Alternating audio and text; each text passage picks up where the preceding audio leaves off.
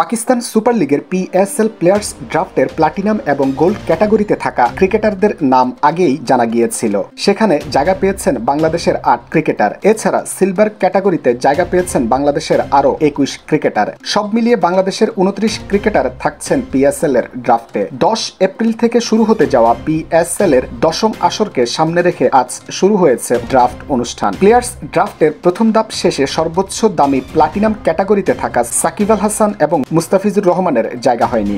সর্বোচ্চ ক্যাটাগরিতে থাকা ক্রিকেটাররা পিএসএল এ $১,৩০,০০০ থেকে $১.৫ লাখ পর্যন্ত আয় করে থাকেন, যা বাংলাদেশি মুদ্রায় $১,৫৯,০০,০০০ থেকে $১,৮৪,০০,০০০ পর্যন্ত।